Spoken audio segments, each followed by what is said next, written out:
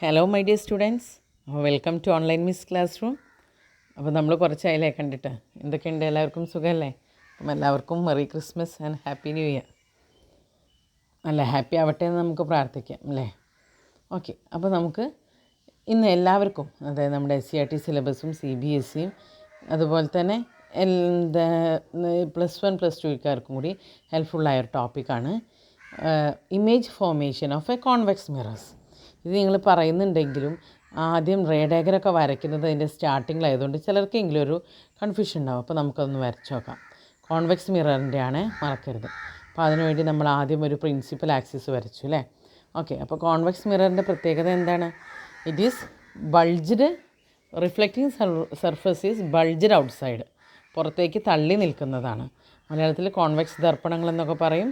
Okay, അപ്പോൾ 10th ഇതിൻ്റെ വരയ്ക്കുന്നത് കാണിക്കുന്നില്ല, അതുകൊണ്ടാണ് പ്രത്യേകിച്ച് ബോത്ത് CBSE ആൻഡ് സ്റ്റേറ്റ് സിലബസിൽ. ഓക്കെ, അപ്പോൾ നമ്മൾ റിഫ്ലക്റ്റിംഗ് സർഫസ് പുറത്തേക്ക് തള്ളി നിൽക്കുന്നത് അത് കാണിക്കുന്നതിന് വേണ്ടിയിട്ട് ഒപ്പേക്കായ പോർഷൻ നമ്മൾ ജസ്റ്റ് ഒരു ഡോട്ടഡ് ലൈൻസ് കൊണ്ട് ജസ്റ്റ് റെപ്രസെൻ്റ് ചെയ്യുന്നു. ഇനി നമുക്ക് എന്ത് വയ്ക്കണം? നമ്മളവിടെ ഫോക്കസും സെൻറ്റർ ഓഫ് കർവേച്ചറൊക്കെ നമുക്ക് മെഷർ ചെയ്യണം. അപ്പോൾ അതുകൊണ്ട് ഞാൻ ഒരു 3 cm ഫോക്കസ് എടുത്തു. അപ്പോൾ സെൻറ്റർ ഓഫ് കർവേച്ചർ എത്രയായിരിക്കും? യെസ്, 6 cm അല്ലേ? നമ്മൾ പഠിച്ചിട്ടുണ്ട് ഫോക്കസിൻ്റെ ഡബിളാണ്. അപ്പോൾ എങ്ങനെയാണ് ഫോക്കസ് സെൻറ്റർ ഓഫ് കർവേച്ചറൊക്കെ കിട്ടുക എന്നൊക്കെ അറിയാമല്ലോ അല്ലേ? അപ്പോൾ എന്തെങ്കിലും അതിനെക്കുറിച്ചുള്ള ക്ലാസ് എന്തെങ്കിലുമൊക്കെ വേണമെങ്കിൽ നിങ്ങൾക്ക് കമൻറ്റ് ബോക്സിൽ ആവശ്യപ്പെടാം. അപ്പോൾ നമുക്ക് കൂടുതൽ ചെയ്യാം. അപ്പോൾ നമ്മളങ്ങനെ ഒബ്ജക്റ്റ് വെച്ചു. ഒബ്ജക്റ്റ് മിററിൻ്റെ ഫ്രണ്ടിൽ വെച്ചു. എന്ത് മിററിൻ്റെ?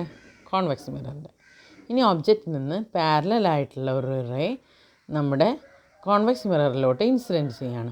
പാരലലായിട്ടുള്ള റേ ഇൻസിഡൻറ്റ് ചെയ്യുമ്പോൾ എന്ത് ചെയ്യും? അതെ, ഫോക്കസിലൂടെ കടന്നു പോകുന്ന നമ്മൾ പഠിച്ചത്.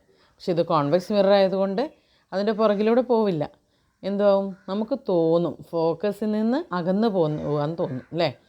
V feel it has diverge from the focus. ഫോക്കസിൽ നിന്ന് ഡൈവേർജ് ചെയ്ത് പോകുന്ന പോലെ ആയിട്ടാണ് അത് റിഫ്ലക്റ്റ് ചെയ്യുക. ക്ലിയർ ആണല്ലോ വരച്ചത്? നിങ്ങൾ എൻ്റെ കൂടെ വരച്ച് നോക്കുക കേട്ടോ. ക്ലാസ് ആദ്യം കാണുക, സ്കിപ്പ് ചെയ്യാണ്ട് കാണുക, എന്നിട്ട് സ്വന്തമായിട്ട് മെഷർ ചെയ്തിട്ട് വരച്ച് നോക്കുക. ഈ നെക്സ്റ്റ് ലൈൻ നമുക്ക് സെൻറ്റർ ഓഫ് കർവേച്ചറിലൂടെയാണ് പാസ് ചെയ്യുന്നത്. സെൻറ്റർ ഓഫ് കർവേച്ചറിലൂടെ പാസ് ചെയ്യുന്നത് ഏതിലൂടെ തിരിച്ചു വരിക? അതിലൂടെ തന്നെ. പക്ഷേ ഇവിടെ നമ്മൾ സർഫസ് മിറർ സർഫസ് ആയതുകൊണ്ട്, കോൺവെക്സ് മിറർ ആയതുകൊണ്ട് നമ്മൾ എന്ത് കാണിക്കും? അവിടെ നിന്ന് റിഫ്ലക്റ്റ് ചെയ്യുന്നത്, ഇൻസിഡൻറ്റ് ചെയ്യുന്നത് അവിടെ തന്നെ റിഫ്ലക്റ്റ് ചെയ്യും. എന്തുകൊണ്ടാണ് നമ്മൾ ഈ ഡോട്ടഡ് ലൈൻസ് കാണിക്കുന്നത്? ആക്ച്വലി അവിടെ ഇല്ല, പക്ഷേ നമുക്ക് V feel it as passes through the.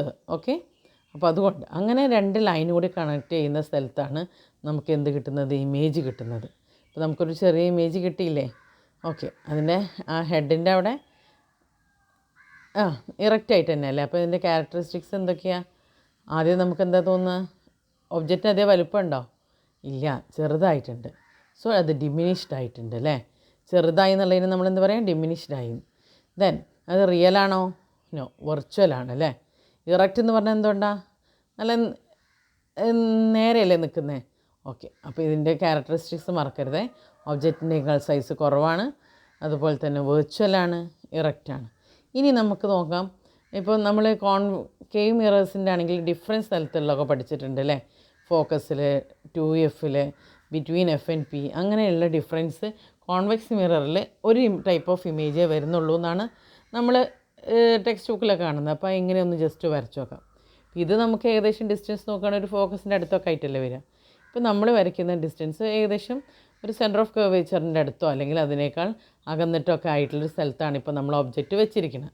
അപ്പോൾ നമ്മൾ ആദ്യം എന്ത് ചെയ്യണം? കോൺവെക്സ് മിറർ നമ്മൾ നോട്ട് ചെയ്തു, എന്നിട്ട് അതിൻ്റെ എന്താണ് ഫോക്കസും സെൻറ്റർ ഓഫ് കർവേച്ചറും ഉണ്ടാക്കി, എന്നിട്ട് ഒബ്ജക്റ്റിൽ നിന്നൊരു റേ ഓഫ് ലൈറ്റ് പാരലലായിട്ട് ഇൻസിഡൻറ്റ് ചെയ്തു.